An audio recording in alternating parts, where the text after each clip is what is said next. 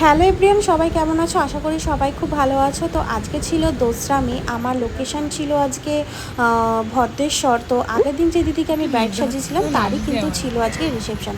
তো কেন আমাদের বাড়ি ফিরতে দেরি হলো, তো সেইটা দেখতে হলে কিন্তু তোমাদেরকে পুরো ব্লগটা দেখতে হবে। তো চলো দেখো, লোকেশানে পৌঁছে গেছি। তো অনেক দিন বাদে রিস্কায় উঠলাম। তো আমার আর প্রিয়াঙ্কা দুজনেরই ভয় লাগছিলো যে আমরা পড়ে না যাই। তো সেই মতো আমরা দিদির শ্বশুরবাড়িতে চলে গেছিলাম। তো সেখান থেকে আমাদের একটা দাদা নিয়ে গেল বাড়িটায়। তো এই প্যান্ডেল থেকে আরও অনেকটা ভেতরে আমাদের যেতে হতো। তো তারপর তার মধ্যে আমরা চলে গেছিলাম। তো ওখানে আমাদেরকে মাজা মিষ্টি এইসব খেতে দিয়েছিল। তো তারপরে আমরা দিদির শাড়িটা ড্র্যাপ করে নিচ্ছিলাম, কারণ তখন দিদি আসেনি। আর আমি দেখছিলাম যে এসি আছে কিনা।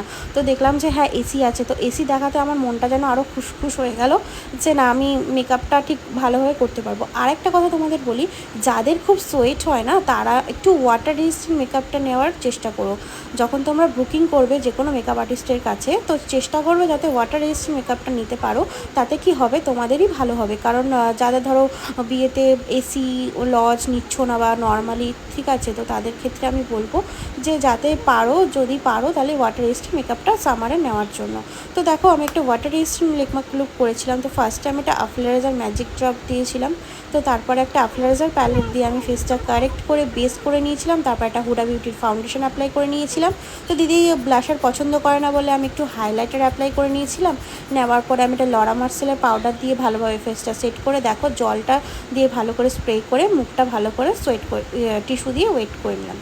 তো তারপরে আমি একটু হালকা কন্ট্রোল আর একটা খুবই সফট আই মেকআপ চেয়েছিল দিদি। তো সেরকমই একটা সফট আই মেকআপ করে দিচ্ছি। তো দিদির কিন্তু খুবই সফট লুক পছন্দ করে। তো সেরকমই দিদিকে আমি করে দেওয়ার চেষ্টা করেছি। তো লাস্টে দিদির কাছ থেকে শুনে নেবো যে দিদির কেমন লাগলো। আর তোমাদেরকে বলছিলাম যে আমাদের কেন দেরি হলো। তো দেরি হওয়ার কারণটা হলো, আমাদের সাজানো হয়ে গেছে প্রায় 1 ঘন্টা হয়ে গেছে। তো তখনও ফুল আসেনি। প্রায় 1 ঘন্টা আমাদের ফুলের জন্য ওয়েট করতে হয়েছে। কোনো ভদ্রেশ্বরের কোথাও নাকি দিদি যে ফুলটা আমরা চেয়েছিলাম, তো সেটা নাকি ছিল না। তারপরে ব্রাইডের বাড়ির লোক গেছিলো চুঁচুড়া স্টেশনে, ওখান থেকে ফুল নিয়ে এসে দেয়। তারপরে আমরা ফুল করে তারপরে আমরা বাড়ি আসি। তো দেখো, ব্রাইড তখনও ফোন করে জিজ্ঞেস করছে আর কি কোথায়। তো আমরা বসে বসে ওয়েট করছিলাম যে কখন আসবে ফুল। তো তার মধ্যেই ফুলটা চলে এসেছিলো। তো আমরা ফুলটা রেডি করে নিচ্ছিলাম।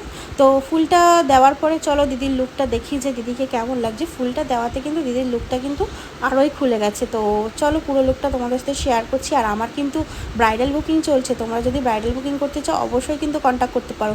আর যারা চাইছো 2 দিন বুকিং করতে বিয়ে রিসেপশন, তারা পেয়ে যাচ্ছ কিন্তু স্পেশাল অফার। তো দেখো, আমি ফুলটা সেট করে দিয়েছি ভালোভাবে। আর যারা চাইছো আমার কাছে মাস্টার ক্লাস জয়েন করতে, তারাও কিন্তু অবশ্যই আমার সাথে কন্ট্যাক্ট করতে পারো। তো এখানে কিছু শ্যুটের জন্য আমি একটু দিদিকে বলছিলাম এরকম করো। তো দিদির কাছ থেকে জেনে নেবো দিদির কেমন লাগলো। তো দিদি, তোমার কেমন লাগলো একটু বলো। আজকে আমার রিসেপশন খুবই সুন্দর হয়েছে এবং মনের মতো হয়েছে। ঠিক আছে, চলো। তো তার মধ্যে দিদির খুব খিদে পেয়ে গেছে। তো দিদিকে সিঙ্গারা মিষ্টি দিয়ে গেছে খাওয়ার জন্য। আর দিদি তো আমাদেরকে না খাইয়ে ছাড়বে না।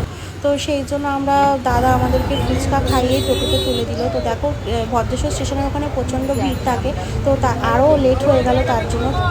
তো তারপরে আমরা ট্রেন ধরে বাড়ি চলে এলাম। তো টাটা, দেখা হবে নেক্সট কোনো ব্লগে।